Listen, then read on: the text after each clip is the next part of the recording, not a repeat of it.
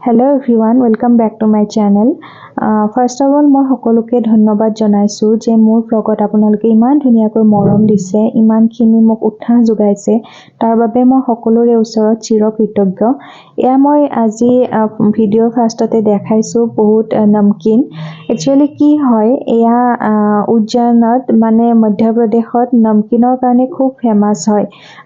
যিবোৰ নমকিন দেখিছো এইবিলাক সকলো তেওঁলোকৰ ইন্ডাস্ট্ৰিত বনোৱা হয়। গোটেই বিধে বিধে কেৱল নমকিন আৰু নমকিন আছিলে। তাত আটাইতকৈ ফেমাস হয় তাত কোৱা হয় সেৱ বুলি কিনে। মানে আমাৰ ইয়াতে যিটো অকণমান যে ডাঙৰ ভুজিয়াটো থাকে সেইটোক কোৱা হয় তাতে সেৱ বুলি কিনে। এতিয়া মই বুজি নাপালো সেৱ আৰু ভুজিয়াৰ মাজত ডিফাৰেন্সটো কি।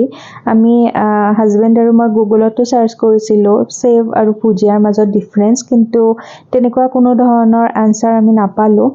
গতিকে মই এতিয়া আপোনালোকক ক'ব নোৱাৰিম কি হয় ডিফাৰেন্সটো। আৰু এইটো যে দেখিছে এইটো হৈছে সেৱ। একেবাৰে ভুজিয়াটোৰ দৰে দেখিবৰ কাৰণে, কিন্তু নামটো চাগে ঠাই ভেদে বিশেষ বেলেগ বেলেগ হ'ব পাৰে। আৰু এতিয়া এয়া চাই লওক মোৰ টেষ্টিং স্কিল। পুৰা খাইছো, চব টেষ্ট কৰিছো এফালৰ পৰা, আৰু তেওঁলোকেও এফালৰ পৰা টেষ্ট কৰাই গৈ আছিলে। যিহেতু আমি কিনিও আছিলো, টেষ্ট কৰিছো আৰু কিনিছো। মানে একেবাৰে কম কিনিছো, 250 গ্ৰাম 250 গ্ৰামকে তেনেকুৱাকে পেকিং কৰিছো। যিহেতু হয়তো কোনোবাই নাখাবও পাৰে, আৰু ঘৰত আহি মাহঁতে আমাৰ ইমান মানে নমকিন বা এনেকুৱা টাইপ বস্তু মানে ইমান ভাল নাপায়। গতিকে হাজবেণ্ড আৰু ময়ে খাব লাগিব। আৰু ইয়াৰ পৰা যিহেতু বাইদেউৰ ঘৰত যাম, বাইদেউৰ কাৰণে অকণমান লৈ যাম, তাই অকণমান ৰাখিব যদি বিচাৰে। কিন্তু তাই যিহেতু তাত পায়ে এনেকুৱা টাইপ বস্তুবিলাক, গতিকে ইমান হয়তো তাই নাৰাখিবও পাৰে। সেইকাৰণে আমি একেবাৰে কম পৰিমাণৰ লৈছো আৰু পুৰা টেষ্ট কৰিছো। দেখিছেনে ইমান খাইছো, কিবা লওঁ বা নলওঁ মানে খাইছো, কেৱল টেষ্ট কৰিছো। আৰু ইমান যে বেলেগ আছিল, যিটো সেৱ বুলি কয় ন, একেবাৰে মুখত দিলে পমি যায়। আমি এতিয়াও মানে সেই বস্তুটো মিছ কৰিছো ইয়াতে আহি কিনে, ঘৰত আহি কিনে। মানে মই যেতিয়া ভইচ অভাৰ দি আছো ন, মইতো বৰ্তমান এতিয়া ঘৰতে আছো। আমি যিখিনি আনিছিলো গোটেইখিনি খতমে হৈ গ'ল, ইমানে খালো। আৰু ৰাস্তাত আহোঁতেও আমি এইবোৰে খাই আহি আছিলো। গতিকে সেই টেষ্টটো এতিয়া মানে জিভাত লাগি আছে, সিমানেই ভাল পালো আমি। দুটামান পেকেট আমি হিমাচলৰ ফ্ৰেণ্ড কেইজন যে আছে তেওঁলোকৰ কাৰণেও লৈ লৈছোঁ, যিহেতু আজি আমাৰ লাষ্ট ডে তেওঁলোকৰ লগত। তাৰ পৰা আমি তেওঁলোকৰ ৰুমলৈ যাম। আমাৰ হোটেলৰ পৰা চেক আউট হৈ গ'ল। আজি গোটেই দিনটো তেওঁলোকৰ লগতে আমি কটাম। মানে আমি গোটেই উজ্জয়নৰ টেম্পলবিলাক ভিজিট কৰিম। তেওঁলোকে আমাক লগ ধৰিছিলে। ইয়াৰ পৰা আমি তেওঁলোকৰ ওচৰলৈ যাম। লাগেজ পাতিখিনিও আমি লগতে লৈ আহিছোঁ। তেওঁলোকৰ তাত লাগেজবোৰ থৈ কিনে আমি এখন গাড়ী লৈ কিনে এনেকৈ ভ্ৰমণ কৰিবলৈ যাম।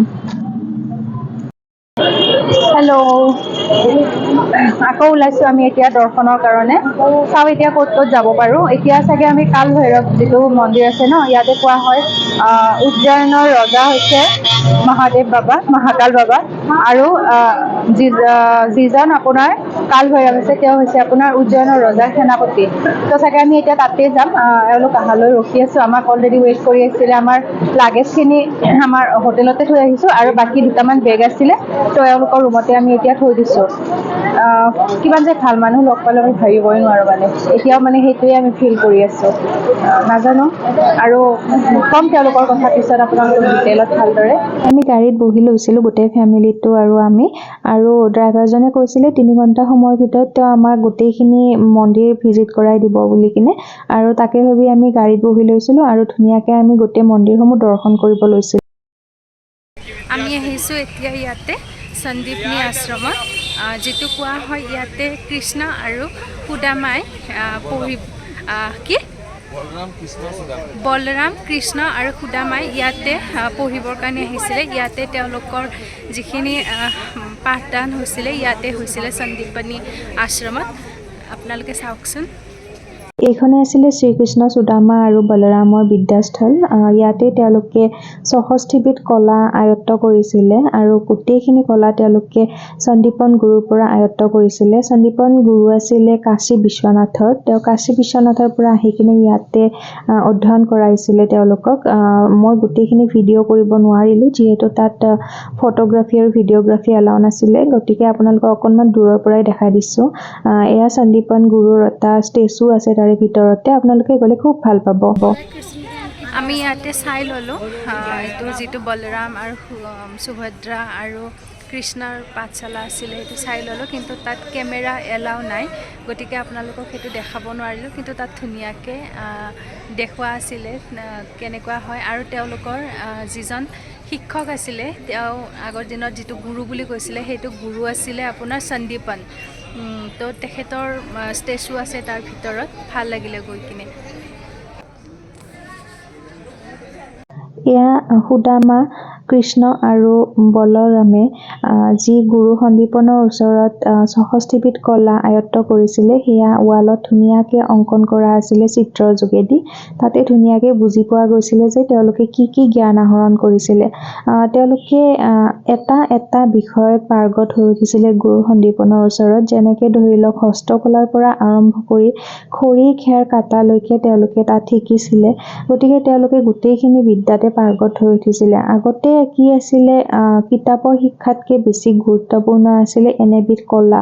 গতিকে তেওঁলোকে সাঁতোৰবিদৰ পৰা আৰম্ভ কৰি ধনুকাৰলৈকে গোটেইখিনি গুৰু সন্দীপনৰ পৰা আহৰণ কৰিছিলে। আৰু এয়া চাই আমাৰ খুবেই ভাল লাগিছিল। আৰু আমি তাৰ পৰা ডাইৰেক্ট ওলাই গৈছিলোঁ পৃথিৱীৰ একমাত্ৰ মংগলনাথ মন্দিৰ, যিটো কেৱল উজ্জয়নতে আছে। ইয়াতে আচলতে কি হয়, যিবিলাক ল'ৰা বা ছোৱালী মাংগলিক থাকে, কিছুমানৰ বিবাহৰ কাৰণে মাংগলিক বুলি কোৱা হয় যে, তো তেওঁলোকে তাতে পূজা অৰ্চনা কৰে। আৰু তাতে পূজা অৰ্চনা দিলে তেওঁলোকৰ যিবিলাক মংগলৰ দোষ থাকে সেইবিলাক কাটা যায় বুলি কয়। আমাক তাৰে পণ্ডিতবিলাকে ধুনীয়াকৈ বুজাই দিছিলে কেনেকুৱাকৈ কৰিব লাগে মংগলৰ পূজা। কোনোবাই এনেও কৰিব বিচাৰিলে কৰিব পাৰে, অকল মাংগলিক বুলিয়ে নহয়, কিছুমানৰ মংগলৰ যে দোষ থকা বুলি কয়। আৰু এয়া যে ভিতৰত গৈ এইবোৰ যে দেখিছোঁ, এইবোৰ সকলোৱে মানে পূজা কৰি আছিলে, তেওঁলোকৰ বিভিন্নজনৰ বিভিন্ন সমস্যা, গতিকে তেওঁলোকে ইয়াতে ধুনীয়াকৈ পূজা অৰ্চনা কৰি আছিলে। ইয়াতে আহি আমি গম পাইছিলোঁ যে ইয়াতে এটা বিশেষভাৱে যিবিলাক মাংগলিক হয় সেইবিলাকৰ কাৰণে এটা পূজা কৰা হয়, আৰু এইটো পূজা কেৱল আপোনালোকৰ ভাতেৰে কৰা হয়। মানে চাউলটো সিজাই কিনে এয়া যে দেখিছে বগা বগা যে হৈ আছে, এইটো গোটেই ভাত হয়। এইটোক ভাত পূজা বুলি কোৱা হয়। আপোনালোকে তাতে ভাত পূজা কৰিব পাৰে। এয়া আমি ওলাই আহিছিলোঁ কালভৈৰৱ মন্দিৰলৈকে। কালভৈৰৱ মন্দিৰ হৈছে মহাকালৰ সেনাপতি। কালভৈৰৱ মন্দিৰ সকলো জ্যোতিৰ্লিংগতে আপোনালোকে এটা দেখাই পাব। কেদাৰনাথত যাওঁতেও আমি দেখিছিলোঁ কালভৈৰৱ মন্দিৰ। আৰু এয়া কালভৈৰৱ মন্দিৰৰ বিশেষত্ব এইটো যে ইয়াতে আপোনালোকে সুৰা অৰ্পণ কৰিব পাৰে এজ এ প্ৰসাদ হিচাপে। তাৰপিছত তেওঁলোকে সেই সুৰাটো কালভৈৰৱ বাবাক উৎসৰ্গা কৰিব, আৰু সেই প্ৰসাদখিনি আপোনালোকৰ ঘৰলৈ উভতাই দিয়া হ'ব। পিছতে এয়া আমি আহিছোঁ গদকালিকা মন্দিৰ বুলি কোৱা হয়। এইটো আচলতে কালীমাৰ মন্দিৰ হয়। ইয়াতো আমি সেৱা অৰ্চনা কৰি কিনে চিধাই ওলাই গৈছিলোঁ মহাকালেশ্বৰ মন্দিৰলৈ। আমি এতিয়া গৈ আছোঁ জলাভিষেকৰ কাৰণে, আৰু যদি মানে তাত পচিবল হয় তেতিয়াহ'লে ৰুদ্ৰাভিষেকটো কৰিবৰ কাৰণে চেষ্টা কৰিম। যদি কোনোবা তেনেকুৱা পণ্ডিত লগ পাওঁ তেতিয়াহ'লে ৰুদ্ৰাভিষেকটো কৰিম। এতিয়া গৈ আছোঁ, বহুত মানুহ, আৰু এতিয়া টাইম হৈছে 4টা বাজে 10 মিনিট আছে। আমি কালভৈৰৱ বাকী এইবিলাক যিবিলাক মন্দিৰ চালোঁ সেইবিলাক মন্দিৰ এতিয়া দৰ্শন কৰি আহিলোঁ। এতিয়া ইয়াতে নাজানো কেমেৰা এলাও কৰে নে নকৰে। তাতে ভিডিঅ' যিহেতু কৰিব নোৱাৰিলোঁ, এয়া জাষ্ট 3-4 ছেকেণ্ডৰ এটা ক্লিপ লৈছোঁ। বাবাক সেৱা কৰি কিনে আমি ওলাই আহিছিলোঁ বাহিৰলৈ বুলি কিনে। এয়া দিনৰ দৃশ্যাংশ। তাতে সেৱা জনাই কিনে আমি আহিলোঁ গজক কিনিবৰ কাৰণে। এতিয়া গজক কি? গজক হৈছে মধ্যপ্ৰদেশৰ এবিধ ফেমাছ মিঠাই। ইয়াতে সকলোৱে গজক কিনে, আৰু গজকৰ বিভিন্ন ভেৰাইটি আছে। ইয়াতে এইটো তিলৰ হয়। আৰু এতিয়া মোক এটা টেষ্ট কৰিব দিছে। এইটো হৈছে মাৱাৰে বনোৱা। বাপৰে, যিটোহে মিঠা, আমাৰ দ্বাৰা নহ'ব। এইটো অকণমান খায়ো মানে নোৱাৰিলোঁ আৰু খাবৰ কাৰণে, টেষ্ট কৰিব নোৱাৰিলোঁ। তেখেতে বিভিন্ন টেষ্ট কৰাইছিলে, কিন্তু নাই, আমাৰ দ্বাৰা নহ'ল। আমি অকণমান জাষ্ট ভগাবৰ কাৰণে কিনিছিলোঁ, আৰু সেইখিনিয়ে আমাৰ কাৰণে যথেষ্ট আছিলে। তাৰ পৰা এয়া চাওকচোন গজক কেনেকৈ বনোৱা হয়, এইটো প্ৰচেছিং দেখাইছোঁ আপোনালোকক। বহুত কষ্ট হয় গজকটো বনাবৰ কাৰণে, সেইটো হিচাপে তেওঁলোকে দামটোও লয়, যিহেতু বহুত মেহনত থাকে। এনেকুৱাকৈ টানি বনাই কিনে তেওঁলোকে এটা বস্তুৰ আকৃতি দিয়ে। তাৰপিছত আমি এয়া ওলাই আহিছিলোঁ, যিহেতু আজি আমাৰ লাষ্ট ডে আছিল। অকণমান এনে মাৰ্কেট এক্সপ্ল'ৰ কৰিছিলোঁ। মাৰ্কেট এক্সপ্ল'ৰ মানে কিনো আৰু আমি জাষ্ট খাওঁ। মাৰ্কেট এক্সপ্ল'ৰ কৰা মিনিংটোৱে হৈছে আমাৰ খোৱা। হাজবেণ্ডে এয়া কচুৰি লৈছে, তাতে কচুৰি আৰু আপোনাৰ মানে এটা তৰকাৰী ওপৰত দি দিয়ে, তাৰ ওপৰত চেভ দি দিয়ে। য'তে যি খাই পোহাৰ ওপৰতো তাতে কচুৰি দি দিয়ে। আৰু এয়া দেখিছেনে লাল লাল, বাপৰে বাপ, মোৰতো দেখিয়ে মানে মই নাখালোৱে। মানে মই ভাবিলোঁ যে কি মোৰ কিবা বেমাৰে হৈ যাব নেকি, ইমান ৰঙা ৰঙা হয়। কেনেকুৱা লাগিছে? ইয়াতে কচুৰিৰ ওপৰত হওক বা পোহাৰ ওপৰত হওক এনেকৈ ভুজিয়া দি দিয়ে। ভুজিয়া মিনছ ইয়াতে চেভ বুলি কয়। চেভ মানেতো আমি ভুজিয়া বুলিয়ে জানো, কিন্তু ডিফাৰেঞ্চ আছে, টেষ্টটোৰ বহুত ডিফাৰেঞ্চ আছে ন? খাই কিনে ডিফাৰেঞ্চ পাইছানে নাই কিবা?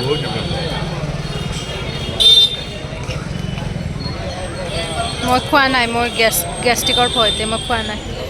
আহিছোঁ হৰসিদ্ধি মাতা মন্দিৰ দৰ্শন কৰিবৰ কাৰণে। ইয়াতে ইভিনিং এটা আৰতি হয়, সেইটো মানে সকলোৱে কৈছে যে সেইটো আৰতি একেবাৰে মিছ কৰিব নালাগে। যিহেতু আহিছোঁ ইমান দূৰৰ পৰা, গতিকে সেই আৰতিটো আমি চাই যাম। ভাবিছিলোঁ আমাৰ মানে গাড়ীৰ টাইম আছিলে, বাছৰ টাইম আছিলে 8টা বজাত, তো টাইমটো নিমিলিলে হয়। হৰসিদ্ধি মাতাৰ যিটো আৰতি হয় সেইটো 7টা বজাৰ পৰা হয়, কিন্তু এতিয়া আমাৰ গাড়ীখন ডিলে হৈ গ'ল, গাড়ী টাইমটো ডিলে হৈ গ'ল 9টা বজালৈকে। তো সেইটো কাৰণে আমি এতিয়া গৈ আছোঁ চাবৰ কাৰণে, যিহেতু আমাৰ হাতত টাইম আছে আৰু ইয়াৰ পৰা বাছ ষ্টেণ্ডটো বেছি দূৰত নহয়।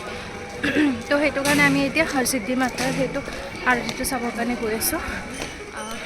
যিটো হৰসিদ্ধি মাতা মন্দিৰ আছে সেইটো আপোনাৰ এটা বৰা গণেশ বুলি মন্দিৰ এটা আছে, আপোনালোকে দেখিবই। একেবাৰে মহাকালেশ্বৰ মন্দিৰৰ বহুত ওচৰতে হয়।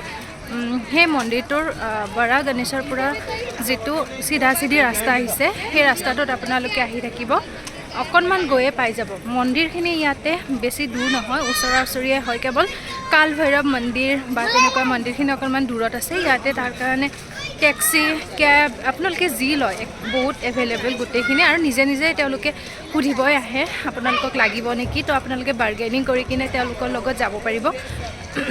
আৰু এতিয়া যিটো আৰতি হয়, সেই আৰতিটোৰ বহুত আগৰে পৰা মানুহ ৰৈ থাকে। সেইটো কাৰণে আমি এতিয়া 6টা বজাত আহিছোঁ। যিহেতু 1 ঘণ্টা আমাৰ হাতত আছে, তথাপিও আমি ছিটৰ কাৰণে আমি যাব লাগিব, নহ'লে তাত ছিট নাপায় বুলি শুনিছোঁ, খুবেই কম। আৰু গৈ আছোঁ এতিয়া। সেয়া আমি পাই গ'লোঁ হৰসিদ্ধি মাতাৰ মন্দিৰ। মানুহ দেখিছেনে? চব এইবিলাক আৰতি চাবৰ কাৰণে আহিছে, যিটো আৰতি হয় সেইটো চাবৰ কাৰণে আহিছে। মোৰ ভইচটো ক্লিয়াৰ আহিছেনে? যদি অহা নাই তেতিয়াহ'লে মই নেক্সট ভইচ অভাৰ কৰি দিব লাগিব। এতিয়া মানে মোৰ মাইক্ৰফোনৰ যিটো বেটাৰী আছিলে একেবাৰে ডাউন। এয়া চাই লওক, ৱাও। হৰসিদ্ধি মা মন্দিৰ হৈছে এখন শক্তিপীঠ। যেনেকুৱাকৈ কামাখ্যা এখন শক্তিপীঠ, তেনেকুৱাকৈ হৰসিদ্ধি মাৰ মন্দিৰটো এখন শক্তিপীঠ। সতীৰ মৃত্যুৰ পিছত মহাদেৱে তেওঁক কোলাত লৈ কিনে গোটেই ভাৰতবৰ্ষখন ভ্ৰমণ কৰিছিলে, আৰু তেওঁৰ সতীৰ দেহৰ অংগ প্ৰত্যংগবোৰ য'ত য'ত পৰিছিলে সেইবিলাক জাগা পিছলৈ শক্তিপীঠলৈ ৰূপান্তৰিত হৈছিলে। আৰু ইয়াতে হৰসিদ্ধি মাৰ মন্দিৰতো সতীৰ হাতৰ অংগ পোৱা গৈছিলে, আৰু সেয়েহে এইখন এখন শক্তিপীঠ বুলি জনা যায়। এইটো এটা বহুত জাগ্ৰত মন্দিৰ হয়। ইয়াতে সদায় সন্ধিয়া ইয়াতে গধূলি আৰতি হয়, আৰু এয়া আৰতি বহুত মানুহে চাবৰ কাৰণে আহে। অলপমান পিছতে আপোনালোকে দেখা পাব ইয়াতে আৰতি ষ্টাৰ্ট হৈছিলে আমি যেতিয়া গৈছিলোঁ, আৰু সেই আৰতি চাই যে আমি কিমান আপ্লুত হৈছিলোঁ। আপোনালোকে এই আৰতিটো চাওকচোন, একেবাৰে বুকু কঁপি যায় আৰতিটো দেখি কিনে। আৰু সেয়া আৰতি 1 ঘণ্টাৰ কাৰণে হয়, আৰু সদায় সন্ধিয়া হয় আৰতিটো। আৰু বহিবৰ কাৰণে জাগাই নাপায়, সেইটো কাৰণে বহুত সোনকালে মানুহবিলাক ইয়ালৈ অহা যোৱা কৰে। আৰু এজন এনেকৈ মানুহে এনেকৈ তেওঁলোকে ঘণ্টাটো বজাই থাকে, আৰু ধুনীয়াকৈ আৰতিবিলাক ষ্টাৰ্ট হৈ যায় ইয়াতে।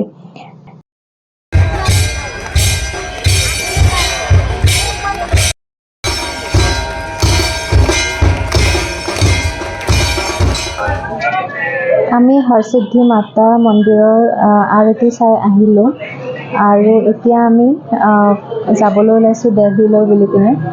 আৰু আমি সেই যে ৰাস্তাত মানে লগ পাইছিলোঁ মানুহকেইগৰাকী, তেখেতসকলৰ কথা মই ক'ম বুলি কৈছিলোঁ ন আপোনালোকক।